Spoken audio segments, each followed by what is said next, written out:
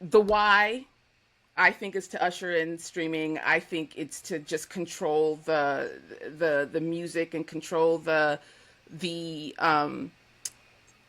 power, like take the power out of rap and take the power out of hip hop because of what it was doing when it was first created, which was it was setting shit on fire. There in the 15 years, there's been no Public Enemy. There's been no there's been no Black Star.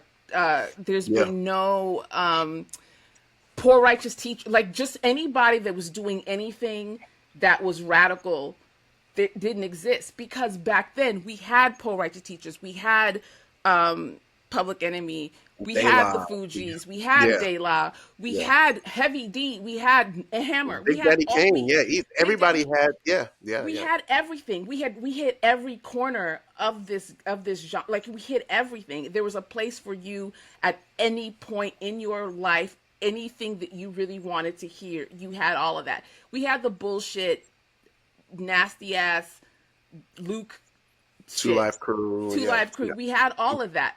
Yeah. It was all part of the same hip hop. And then all of a sudden it was completely homogenized. It Yeah. completely homogenized. And then whenever there was a shift, it was still the one guy. Whenever the music started to change a little bit, it was still the one guy who would adopt that change and then make it about him. Mhm. So it disallowed anybody.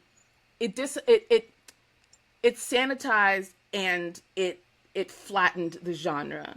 Yeah. Yeah. So I think that that was also the purpose of it. COINTELPRO. But it was also like, do you understand what I'm saying? Like, I feel like I'm Yeah. not making sense, No. No. but No. to No. No. me, it makes perfect sense. You're making perfect sense. I think it all aligns with just what we've seen in the industry the past 20 years.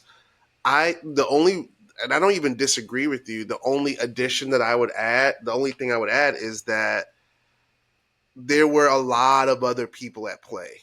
There were Drake is almost like the mascot to it. You know what I'm Hmm. saying? Like, but there were so many other people at play that it was absolutely by design. I think Drake just happened to become the face of the music industry. But there was something still about Drake that didn't captivate the hip hop audience, like the hip hop purists, like it probably should have, considering his talent and considering like some of the songs that we heard on like his B side, because similar to Eminem, similar to a lot of pop artists, the songs they release aren't truly reflective of like what their talent and skill level is. Hmm. So like to this day, you know, you talk about Drake like, oh, people like, oh man, I hate God's Plan. Like, yeah, God's Plan was what they wanted you to hear. But like on that album, there was also some joints where he was barring niggas up, where he was like really, really rapping. So I don't know. I just think I think the internet, you know, everything, we always blame everything on the internet. But the same way that social media, Twitter, X, Facebook, and all that, kind of made the internet crack, right? The internet was already there. Social media made it crack, addictive. You had to have it. I think that what was happening in the music industry was already happening. Drake was just a crack. He was a solution that made it cheaper, right? That made the crack. Oh, you could get crack for 10 cents, and you pay $100 for Oh, cocaine. you meant crack, crack. I thought you meant like a break, like No, a like fault line. I was actual like, what? crack cocaine, Okay, like okay, right. okay, okay. Yeah. So it's like the part that is where this analogy may or may not continue is that like the public, the government, everybody was so fixated on crack because crack was in the hood, Hmm. but all the white folks was already on coke. They was already on the other shit. So it's, you know, so it's, but our eyes are so focused on seeing like what are those folks taking that's making them that high. Let's get that and reproduce it and put more money. That's where I think the COINTELPRO piece is legit, because I think the industry though is the culprit. I think Drake and Cole and Kendrick now and Jay and Kanye and all of our and Beyonce, all of our big iconic icons are byproducts of what the system is really doing, right? The industry, the UMGs, the Leor Cohens, the Clive Davises, they are the evil. You know what I Well, mean? well, even the fact that there was a time when there were, I'm just making shit up, like 50 record labels. There Right was there now, was there's like there was four.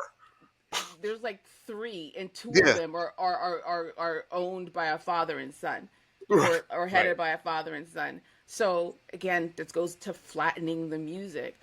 Yeah, And yeah, even and maybe because, and I say this on Twitter all the time, and I'm joking, but I'm or TikTok, I'm joking, but I'm dead ass serious. I don't really know what white people are doing right now, yeah. but I don't hear white people talking about having bad label situations. I don't. Or I like mean, the they might. artists. Yeah, Yeah, like they yeah. they might, but if the way that it'll like have us tell it, UMG only does rap. Only, you know what I mean? Because I don't hear. Right, right. Is Bruno Mars happy with his record like like you know what I mean? Like That's what a is fantastic point, though. Well, why does this matter so much to us? I don't, and I'm not saying that in a bad way. I think there's a real answer, but I don't know. Do white people have bad record labels? I don't, or record I'm deals. is Taylor Swift okay? Like I know she's been upset though. I know she's been upset. You know, but she re-recorded her old shit in order right, to right, get right. her master, or to have the money back, and then made billions of dollars off of that. No black person could do that. No, God, No black no. I don't person know. could I do feel that. like black people have tried though. I think people. I think I've heard of some of our flagship artists like going back in and trying to record their songs 30 years later and Okay, it not working. just a quick aside. We're gonna get back to it. There's a quick aside. So, one of my favorite songs in life is "Bad Mama Jamma" Uh-huh. by, I Right. can't remember the guy's name, Carl something. Uh-huh. Yeah, You know the uh-huh. song? She's a Yeah. bad man. Okay, love that fucking song. So I played it so much like one year that, you know how when you're done with the playlist, it is like, oh, she might like this too. Mm-hmm. There was a version, and I'm gonna send it to you. There was a version of Bad Mama Jamma that like came on one day on my Apple Music, and I was like, the fuck? Like it was playing, and I had to like find my phone. I was like, what the fuck am I listening Who to? is this? It was the original singer, 30 Oh. years later, Ah. remaking the song. It was atrocious. It was I was offended. Like I would have sued him if it wasn't him. Like it was offensive. But I know that he's doing that because he's trying to recoup the money that he Yeah. probably didn't, like he signed his rights away for him. There's a reason why fucking Smokey Robinson is 97 years old and he's still touring. Cuz Barry Right. Gordy has all the money for the songs that he wrote and the songs that he sang. So Right. I feel like we're returning to, on the one hand, things have changed so drastically, Mm-hmm. but I don't know what the fuck I'm saying, because that whole Bad Mama Jamma shit gave me Yeah, that's flashbacks. good. Shit I fucked me up. I think it's fascinating though, like how like it goes into kind of what we talked about earlier. Maybe we were texting about it, but music is so important to us as black folks. Like it's so much a part of our like our culture and our identities, Our memories, our our memories, and yeah. absolutely our history, that like what these artists experience is important to us, so much so that there are entire podcast industries that's really centered on like black podcasts. Like The Lane is really a reflection of what's happening in the music. Mhm. And there's conversations that spawn from there, but you know, I don't know if that's I don't know if that's good or not. And that's a simple way of saying it, but I don't know if our obsession with music is that really what it is, the artistry of making music, or is it about what the folks are singing about, what they're writing about, the conditions that they're using as in their artistry? I don't know, but it means so much to us. And like my white friends, like they don't give a fuck about what the artist that their music comes from. Like they don't care. Like they're No, listening to Jimmy Buffett and whoever the fuck. You know what I'm saying? I Just it's Jimmy Buffett. literally like, oh, It's the Grateful Dead. I don't know, Fish. you're Grateful Um, Dead, exactly. but I think more so. I could no. I'm almost I'm kind of confident in saying this. Our lives are built around music and culture and like the soundtrack, because I can remember being 6 years old and watching Motown 25 and seeing Mm-hmm. Michael Jackson do the moonwalk, like sitting in front of it and watching it. So that time period, I can, if I hear a song, I can almost tell you what I was doing the day I first heard it, Mm-hmm. or what was happening at some point that I've attached to the song. Like we attach so many moments to so much music and art, black art in general, to as a soundtrack or a time capsule. That's what I'm looking for, a time capsule for our lives, Yeah. which is why I believe that people have so much trouble letting go of R. Kelly, letting go of Diddy, Mm-hmm. letting go of Bill Mm-hmm. Cosby, where it becomes about, and you see it now. We're seeing it now as far as like with Drake, where you make excuses Yeah, for them, absolutely. or Absolutely. you're fighting hard to maintain your image of that person, because that Yeah. image is tied into something To that something is that you very experienced. Right. exactly, Yeah. and Yeah. you give them the credit for the experience rather than just giving them credit for the soundtrack. So Mm-hmm. Mm-hmm. one of my early TikToks was about how, I think it was right after either before he was arrested, but after stuff came out about Diddy. And what happens is that these people at some point need to start understanding that their behavior affects our memories. So Mm-hmm. now you've got people saying, "Oh, I never listened to Diddy." Yes, you did. You had Come to on. have. Yeah. Right. Oh, I Right. never listened to R. Kelly. I mean, I low key never did because I thought his songs were scary. But I can't say that he didn't have an influence in Right. like certain parts of my life. Like there's certain songs. One of my favorite Maxwell songs was written by R. Kelly. Mm. There are other songs that I didn't know were written by these people, but those are my memories. And what people are asking, this revisionist history that's going on right now, people Yeah. are asking you to forget your memories and replace your memories with your Mm. morality, which is a different conversation.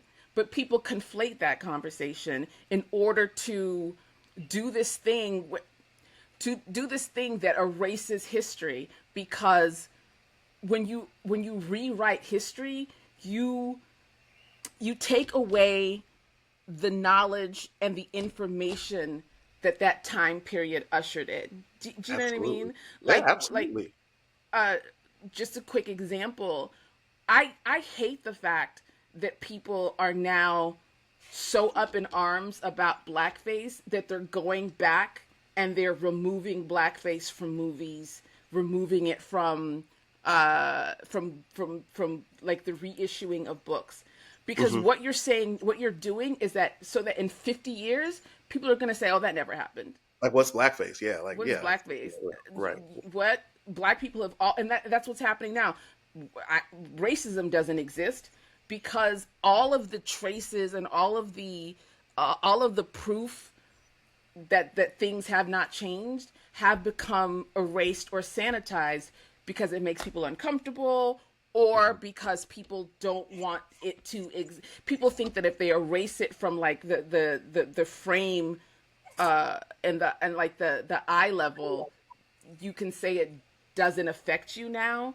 But what you're yeah, doing is erasing history, and yeah, so much of the uncomfortable things and people and situations and events are uncomfortable because of what we're how we're seeing it now. But we right. have to respect the fact, I'm all over the place, but also the way that people want to use today's ethics on things that happened 20 years ago. Right. 20 Yeah. years ago, we weren't having conversations about. I can't even think of anything that we Yeah. weren't having certain conversations. So when somebody said something in 1987, Hmm. okay, yeah, it was fucked up. Don't say it now.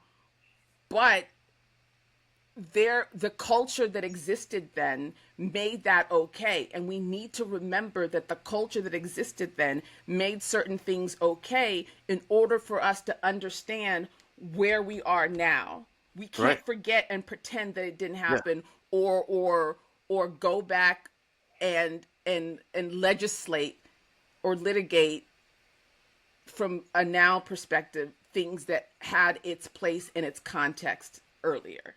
That's Especially my when it comes to culture, I feel like you can do some of what you explain with like l- you know things that are more tangible with like the law, with Yeah, like politics. water fountains. Yeah, Yeah, like you could like yeah. things that are like really obvious in your face, right? But when it comes to culture, when it comes to music and sounds, and I mean, I think a really good example of what you just gave is like when it comes to what is life but our memories, Mm-hmm, right? Like that's what our life is, a connection, a collection of memories. mm-hmm, And so if and this is a part, I'm not trying to be on any hotep side. I'm not trying to be on any like they're trying to erase the black man or anything like that. But I can't escape from what it means that R. Kelly and Diddy's music, and thus their connection to our experiences in the past, are literally erased and canceled. I can't escape for like what does that mean? Does it mm-hmm, mean anything? Is it just like, oh well, I just erased those songs from my playlist and now I'm good?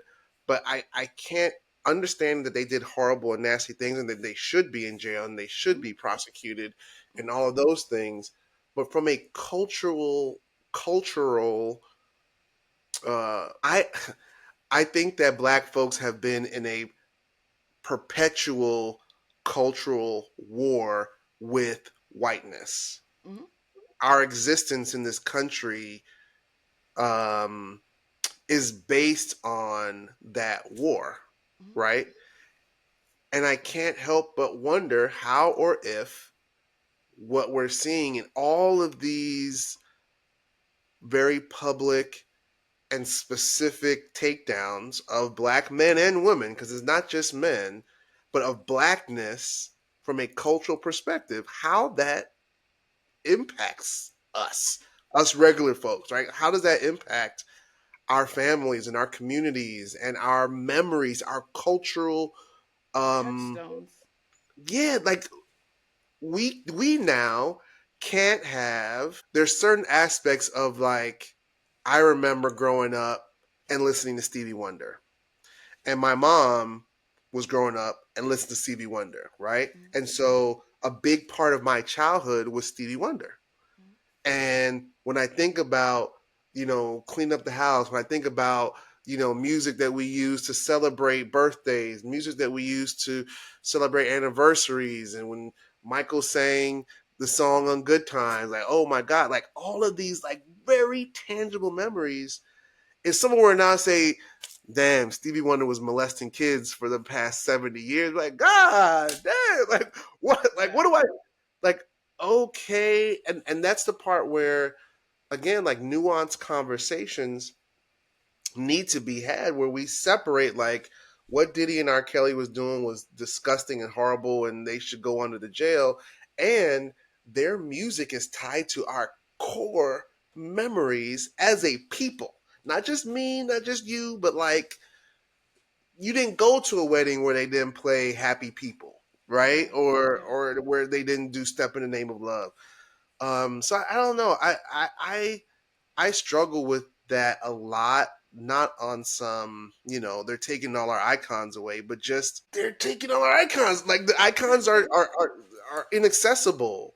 And like, what does that mean in the long term, if anything? they're taking the memories and they're taking the soundtrack, and I think that it is because we have conflated music and morality for the most part, because it's also very selective. There so That many people who have done terrible things that we kind of just like, oh, no, but I can't get rid of that. One of my favorite singers of all time, since I was a mm, literal child, is Sam Cooke. mm-hmm. Sam Cooke was a horrible person. Right. I read like a biography of his life. I was like, God damn it, you were terrible. But that does Right. not change the fact that when I was 8 years old, one of his songs reminded me of, or was part of something. I Right. cannot. I Right. refuse to do that. And it's when we I think that when it is easy for you to do that, you never had a connection within the first place. And I am going to go out on a limb. We're going to get a lot of letters or none at all, that a lot of the people who champion this idea of erasing and dissect or bisecting memory from morality and music from morality are people who did not grow up with that music. They didn't grow up with Mm, that culture. yeah. They didn't they don't have an emotional, spiritual Yeah. connection to it, which is why it's easy. Now, for me, like you said, horrible, terrible people. I'm not going to wear a free Diddy shirt and stand outside the courtroom. I'm not Right. doing that. Right. But I also can't say I can't even think of a what's a Diddy song. I don't even know what Diddy song. Some about the Benjamins. Yeah. Some all the people that he produced, Mary J. Blige. Oh, more money, more problems. I fucking love that song. Like Yeah. I'm Yeah. not, I cannot, and I will not allow what he did to change and taint what I feel about where I was at certain times. And I think that that's what people are encouraging people to do. Yeah. Um, Yeah. with the taken away from music with the Cosby Show, the amount of people who are like, "Oh, I never watched it." Yes, you fucking did You're a watch the liar. Cosby Stop Show. You're a lying. liar. Right. And Right. when I was living in Oklahoma, my a lot of what I learned about black culture that I would not have learned otherwise came from the Cosby Show.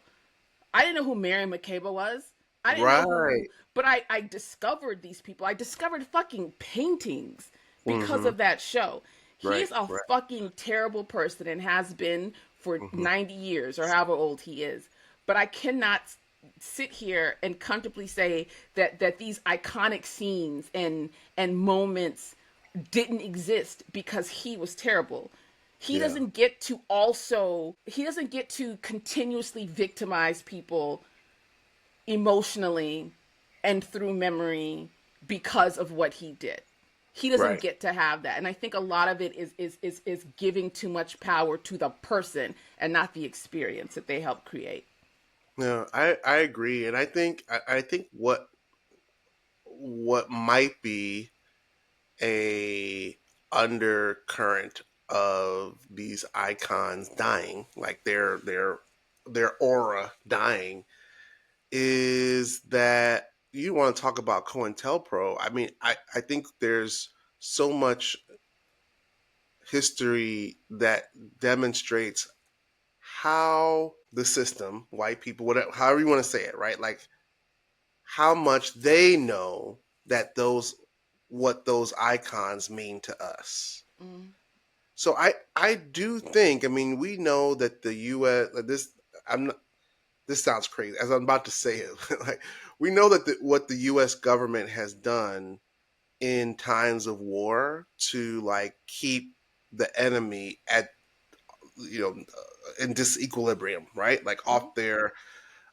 we've known that they've used music, right? mm, They've used frequencies, they've used different types of sounds to keep their enemies off kilter.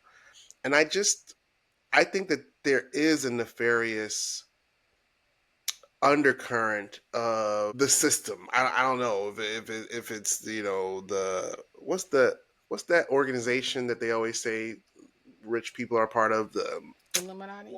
the Illuminati. I don't know if it's the Illuminati. I don't know if it's the government. I don't know if it's the system. If it's white people. I don't know what it is. The rich, the billionaires, but they damn sure know how important these icons are to us, Mm, and what it means to support other narratives to destroy them, right? mm, Like so there I don't think that it is happenstance that the Me Too movement was happening at the same time that the R. Kelly information started to come out mm. about R. Kelly. Like I think that there are these, Cosby too. yeah, and Cosby, and that is the COINTELPRO like thinking that the government, I hate saying the government, but that folks are using popular culture to move black people to impact our psyche, to make us feel good or bad depending on what other news is taking place at the same time, right? So I connected to like Obama and how I don't know. There's an Obama connection. I'm not going to go there because it's too much. I can't make that connection right now. But there's just too many of these opportunities. What I see hurts us. What I see people hurt online or people talk about it. Yeah, it's the economy. Yeah, it's the war. Yeah, it's politics. But it's other stuff for us Yeah, that it's is, yeah, that's really impacting our collective psyche and adding to a trauma that is connected to this country. Does that make sense? Like I it feel like does that it was does all over make the place. sense. It does make sense. I don't know how to gather all of that, but I understand what you're saying, and I think that something that people forget or want to forget or want to feel intellectually superior by forgetting is that pop culture is culture. It has Right. Still, always been a regardless. reflection of the Yep. culture. The type of art that's being made or previously being made was a reflection of what's going on in the world. There are certain things that people are what they call it, uh, they call it economic factors, or Hmm. I can't remember what it is, but like people are being skinny now. You know, Right. before Right. like the bodycon uh was it bodycon body positivity movement is dying out. People Hmm. are Ozempic and like we get to be skinny again. Hmm. Hmm. What is it, economic factor? I can't remember what it's called, but and I can't even think of other examples. But there are other examples of that Yeah. because it is a reflection of what's going on in the world, in society, culture at once creates and follows at the same time. Yeah. That's Yeah. that's the weird magic of it. But I hear what you're saying. I want to be very careful, just to throw you some bail, very careful to be clear that this isn't about whether or not these people are good or bad or shouldn't be in jail or should be in jail. Right. Right. Right. For sure. But it is fair to acknowledge timing. It is fair. It is fair to acknowledge that. I've been paying attention to the Diddy case just because I'm nosy as hell and I'm like, what the fuck? Uh And as I'm hearing it, I'm like, okay, this sounds a little ridiculous. Not the fact that he's a terrible person doing weird shit, but Right. when it comes to like what they're charging him with, I'm Right. like, uh, how? And then Mm. the whole thing is like, if he did it one time, he's guilty. Oh, absolutely. He's horrible. But why are y'all doing it?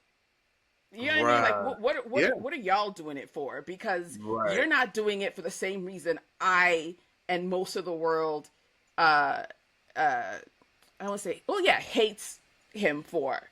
You Yeah. know what I Yeah. mean? Yeah. It's if it was like abuse and domestic violence and sexual abuse, like just all this like stuff that we recognize, throw him under the jail. But you're doing federal shit like Yeah.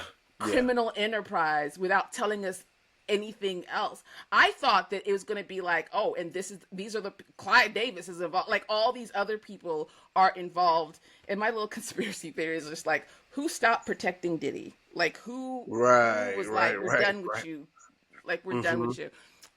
But just to be very clear, this is not an excuse of any of the behavior of the people that we're talking about. We're strictly talking about the the inability or the necessity of separating what are cultural touchstones and that affect our memory and the soundtrack or the movement of our lives to Yeah. what the people did. And this goes to what I wanted to talk about with Beyonce, but also Mm-hmm. with everyone talk where it's like these people are people and they did fucked up shit that Mm-hmm. doesn't take away from what they contributed to the art. But at the same time, we have to be very careful not to turn the people into gods either. And Yeah. what happened with Beyonce this past week when the car that she flies around in Mm-hmm. during her show Yeah. malfunctioned and was tilting, and she like terrified, her voice is shaking, she's stop, she never stops the show. I've seen Never. clips of a fan like dragging her, like grabbing her, she's still singing as she's getting away and keeps on singing. Her hair's gotten Right. cotton fans, she's still singing, Right. she's tripped, she's still Fell. He's singing, falling off the stage. Right. Right. Legit. she's still Yeah. singing. But this time she stopped, like she couldn't do it because there was a real tangible danger and fear that she was feeling. And the majority of what I saw were people screaming about the fact that she was so close they could almost touch her. There were people who I saw videos of people uh who were upset that she's not going to do that song anymore. Oh, she's not going to do that song anymore. I love that Oh. song. She's not going to do it. I saw people who said, and I quote, "I'm glad she didn't get hurt because I don't want her to cancel her Atlanta show." Wow. Mm. So this person that you claim to Wow. love, she's your favorite. You love her. You have such an attachment to her. You have an attachment to everything but her actual real life. Because Right. there's no expression of concern about a person who could have fallen, and not only Right. fallen and injured herself, but because of what injured the entire Right. Whoever was audience and under. yeah, Right. underneath her. And those Yeah. same people are the ones who are so in awe and so, and I'm going to use this word and then I'm going to qualify it, entranced Yeah. Yeah. by her existence, that they don't even recognize the danger that they're potentially in and the danger that she actually is in, Mm-hmm. because they don't Mm-hmm. see her as a person. They see her as an extension and a reflection of their feelings of for whatever it is that they're feeling. And to dehumanize someone in the name of, because there are people who think she's the devil and demonic and Illuminati and da da da. And then there are Hmm. people who think that she's a god and think that she is not a real person and she's infallible and no, she doesn't get tired and no, she's never had any work done and no, and no, and no, and no. When the reality is that she's a person who does Hmm. extraordinary things. And once you take away her personhood, you're devaluing everything about her and you're dismissing the fact that she doesn't belong to you, us. She belongs Yeah. to herself and to her family. And Hmm. forgetting that if something happened to her, yes, you don't get to see her in Atlanta, okay, but there are three kids who won't have a mother. Right. There's Right. someone who won't Yeah. have a sister or a wife or a daughter anymore. And Hmm. that should be more important than how you feel about this one song that you like. Do you know what I mean? And I think Yeah. that goes in, that plays into not being able to separate the work from the person who created it. Mm. That's the danger as well. It's dangerous when you can't let go of Diddy and R. Kelly, and it's dangerous when you hold on too tightly to Beyonce and now Kendrick. Because I'm seeing that with Kendrick as well now. Yeah. Yeah. And I mean, we're seeing it too live with Kanye and Oh uh, God, yeah. with Jay. I mean, with all icons. When you get to that iconic status, that becomes their existence in reality. And I just wonder. I think what you said, Bossy, that entire piece was just really important and powerful. How you shared that, and it there are also people that go through life without having that kind of connection to a person, to whether it's an artist or something. But I feel like I think a part of the human experience potentially is that we idolize something or a series of things, right? Like some people, the way that we are, and how you just described that, that's how some people feel about Jesus and Mm-hmm. about God or Yeah, about church or yeah, about, that's how some people feel about their mothers, yeah. or their children even, right? And it's like, so what am I trying to say? I'm just trying to say like that, like all of these real feelings when we idolize people, when we idolize the idea of people, because we're not idolizing Beyonce Mm-hmm. because we don't know her, Mm-hmm. right? We're idolizing what she presents to us, Mm-hmm. what we are, uh, you know, we're idolizing an idea of Beyonce and of whoever it is, right? Mm-hmm. And you just gotta wonder, like, what when those things and people are removed or are taken, like, what impact does that have on the people, It right? has Like, a huge impact. right? Like, it Yeah, has to. It it has a has huge to. impact. And I am even more so adamant about why our voices, with our three listeners and voices like For this are four listeners, me, the two of us, and then two other people. Um, like why it's so important to have a space to reflect and have a space to process and to have these nuanced conversations, because social media will really have you thinking like you're a bad person if you cannot separate the music from the morality, right? mm-hmm. Or if you can't, disconnect the fact that R. Kelly was a song at my wedding. Not Mm-hmm. really, but for a lot of people, right? For Well, probably millions of people, it was right? my high school graduation song. I believe I can fly. Right, I right. didn't So vote it's for it like, though. I voted for Boys to Men. I will never forget how. Sorry, go ahead. Go ahead. Go ahead. no, mine was Whitney Houston. And but yeah, Whitney Houston is dead. Yeah, You know what I'm saying? Michael and she's Jackson is dead. Prince Prince is is dead. dead. Luther Yeah, Vandross is dead. dead. So it's Oh, like all like Aretha's James dead. Brown. He would have been Aretha. So many of our icons, Bossy, our Mm-hmm. icons are dead or in jail. All the things Well, that they I wouldn't said, go that like, far, but yes, I I mean, understand. if you all the things that they said would happen to you if you sold drugs, that's where our icons are. Dead or in jail. Like that's it. That's it.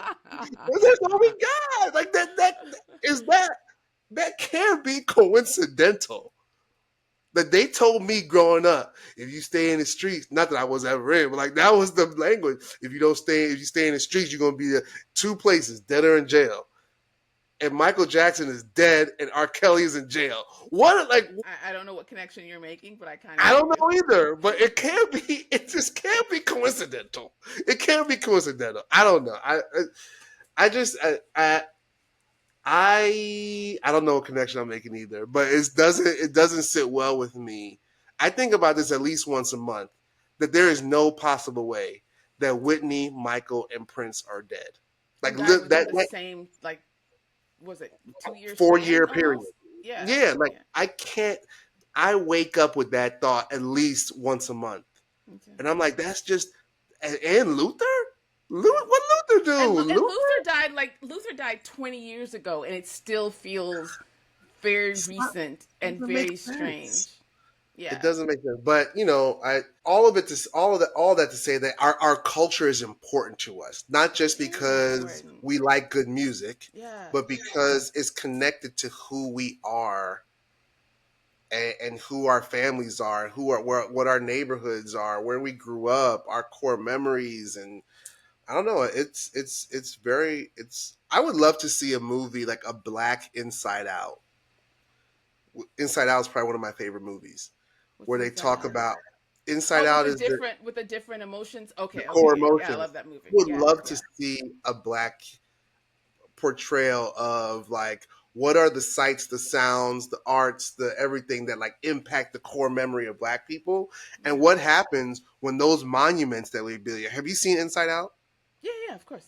Right, and the monuments that you build as a child start to break down, and how that impacts her. Like, Yeah. how is all of our those monuments that we build about these people and these experiences, how it impacts us as those monuments crystallize and then So, are taken away from our memory for whatever reason. I mean, it. Like we started off saying, it is such an important part of our lives from like the very beginning. Like we don't come to learning to liking certain things. I mean, we do. Like in high school, like we don't hear music for the first time in high school. I've known a lot of like non-black people who discovered music at a certain time, and Yeah, just kind of like it just wasn't always there. Like it was just always there. all it was there. Yeah, it Yeah, it was was there. just always there. In fact, I feel bad for E because everybody's got headphones and AirPods, so I'm not playing music in the house the way that it was being played, you know, when I was a kid. Mm-hmm. So you're a little bit froze. Okay, you're back. Oh yeah. So, Um, yeah, man. I the more I think about it, the more I think it's very necessary to separate yourself and the art from the person and people creating it. You yeah, just have to. You yeah. have to. I'm scared of what's going to happen in 40 years when Beyonce is no longer with us. Right. I'm scared because I feel like, well, okay, to be fair, I said that about Michael. I thought that people were just going to be jumping off bridges with Michael. And then Yeah. when he did die, I was like, okay, well, I'll never forget how hard it hit me. Yeah. Shit, George Michael's death hit me hard. Like it was just like, Same. Yeah, same. yeah, yeah. Yeah. I want us to. Going back to Beyonce briefly. Did you see the Renaissance movie? No, I never saw it. I have it to watch, but I never saw it. So good, Yeah, I've so heard great good. things. But one Yeah. of the things that I walked away with is how hard this woman is fighting to be seen as human. Mm. Fighting, like all of the ways that she puts together her shows and does everything is genius. Like there's a savant level of vision that I that does not get enough credit. But at the same time, you see her knee injury, you see her rehabbing, you see Mm-hmm. how scared she is for her daughter to get on stage and what's going to happen to her. Like this is a real person. Yeah. And even with the way that her daughters are, we didn't talk about this last week, but I wanted to bring up like the way that her daughters are when we see them as far as being appreciative and so gracious. Like the amount of whenever you see Rumi on stage, she's just like, thank you. Like she's like hard Yeah. because people are giving her all of this like affirmation. And Mm-hmm. because she's probably raised with that affirmation, she knows how to be grateful and to be appreciative for it. That's Yeah. some real parenting shit. Like Yeah. these Yeah. kids are being parented. They're not being magically spawned by a magical Right. being. This Right. is Right. a, Right. a, a woman who is afraid for her children, who is worried about uh, her family, worried about being taken seriously at work, even though her work is being Beyonce. Like these are things that Right. are supposed to alert you to the fact that she's a human being. But for some reason, instead, people use it to deify her even more. I Yeah. don't get it. I don't get Yeah. it. Yeah. Yeah. Yeah. I I mean, don't get it. I've never seen as much vitriol towards a child as I saw towards their children, right? Like to her daughters, like and her son, people perceive that, they're like just people place their values and their experiences on her and on other, celebrities.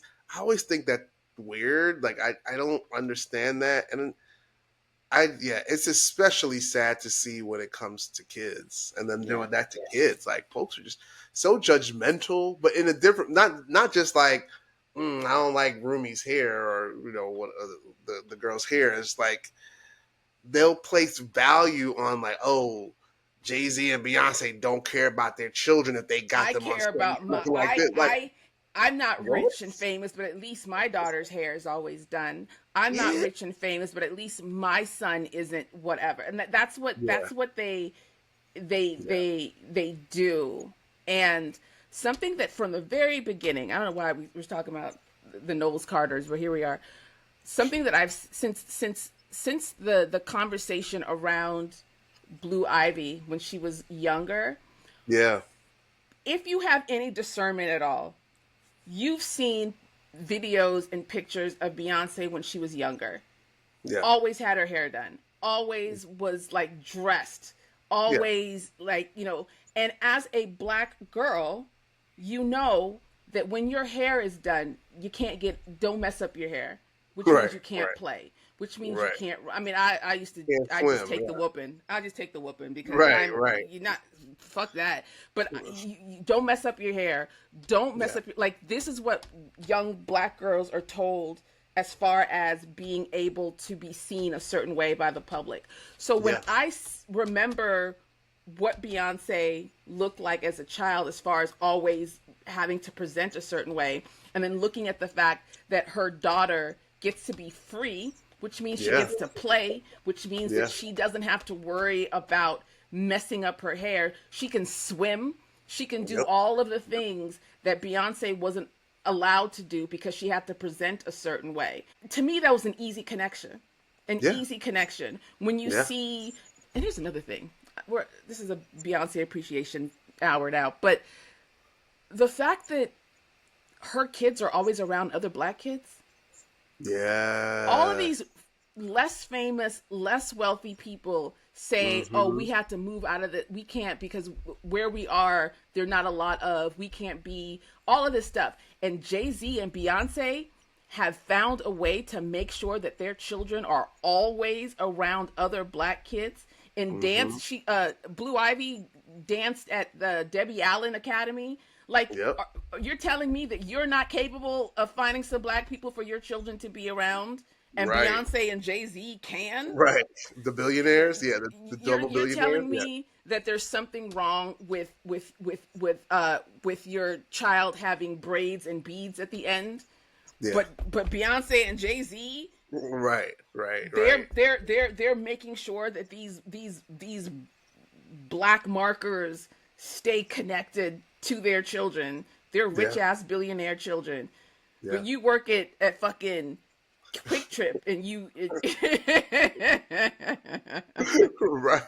You know, not Quick Trip. I couldn't help but think of a callback to our episode last week or week before. We were talking about parenting, and when you were talking about the freedom that Beyonce and Jay have provided their children by not making, by not allowing the confines that confine them as children Mm-hmm. to for their children to experience something different. I think about like what we were talking about, right? Like with our boys, like there's certain things that we had to do, whether it was good or bad or indifferent, that we're just not going to have our kids do because, or we are going to have our kids do depending, because we want our kids to have a different view of what freedom is than what we did. So it's like, that just shows that like people are going to. I've been thinking about this a lot. This might be another episode, but there is a human condition that people always say like there's more that bring us together that separates us. But I feel like there are some aspects of the human condition that we haven't really explored that are so universal that the more and more people talk to each other, the more and more people get to learn about each other, the more we'll see like there are some universal experiences. I think as parents, that's a universal experience. Like we're trying to raise our kids in ways that we weren't or that we were raised to give them a different reality. And Mm-hmm. how does that land specifically for black folks? And that's the part I'm concerned about and thinking about is like what are some of the universal experiences that black folks don't talk about that You mean negatively or I think both. in general? I think it's both. I mean, I think it's you know, I I'm we're both parenting 18 and 19-year olds. And very rarely heard consistent narratives about those challenges, right? Mm-hmm. And like you hear like, oh yeah, these kids think they grown, but like no, like let's get nitty gritty about some of these very basic experiences that people don't share, right? We talked briefly, I think maybe on text about like how black women are experiencing menopause now, Mm-hmm. different than their moms did 40 years ago. Why aren't we talking about that in ways that can like free us to experience it differently or to just say like damn this is really hard. I think we see the same thing with we talked about black men and the black June was Black Mental Health Month for black men, and there are some universal experiences that Mm-hmm. niggas have that we just be thinking it's us.